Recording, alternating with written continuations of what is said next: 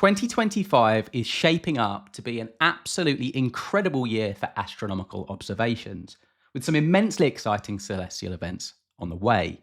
In this video, I'd like to share with you 4 of the rarest things that will appear in the night sky, and perhaps more importantly, when to look for them, and some practical tips and suggestions so that you can observe and don't miss them. Let's dive in. First on our list is something that would make any vampire nervous. We're getting 2 blood moon eclipses in 1 year. The first one hits on March the 14th, lasting a whopping 3 hours and 38 minutes. The second comes on September the 7th. Let me paint you a picture of what happens during a blood moon. Imagine you're sitting in a movie theatre and someone walks between the projector and the screen. That's basically what Earth does to the moon during a lunar eclipse. But here's the cool part. Our atmosphere bends the sunlight around Earth like a giant lens, filtering out all colours except red. That's why the moon takes on that eerie copper colour. For the blood moons, here's something fascinating.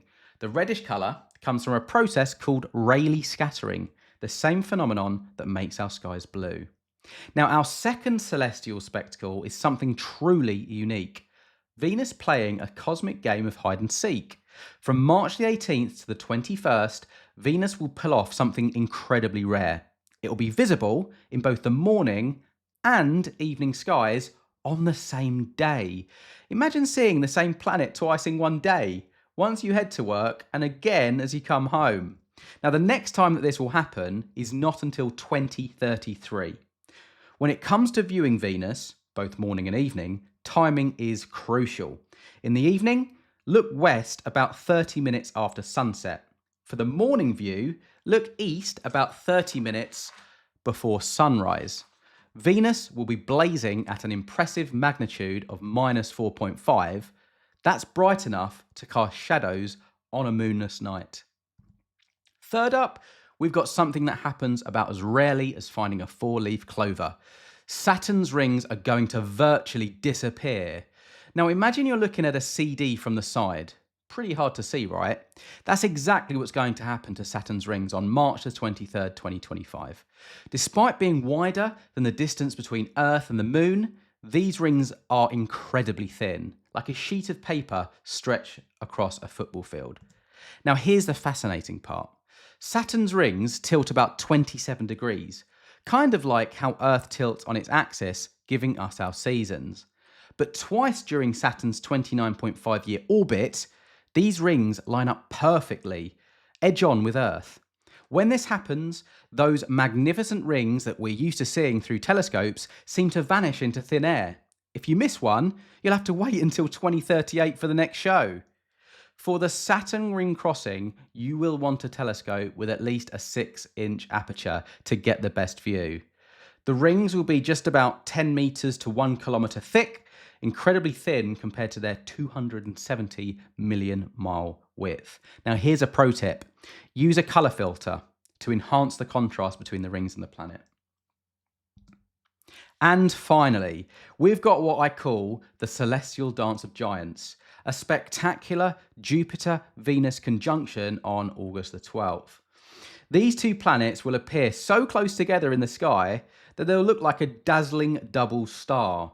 But here's what makes this one extra special. It's happening right during the peak of the Perseid meteor shower. Picture this. You're lying back on a warm summer night, watching bright meteors streak across the sky while the 2 brightest planets in our solar system shine like cosmic diamonds just a degree apart. It's like nature's own fireworks display.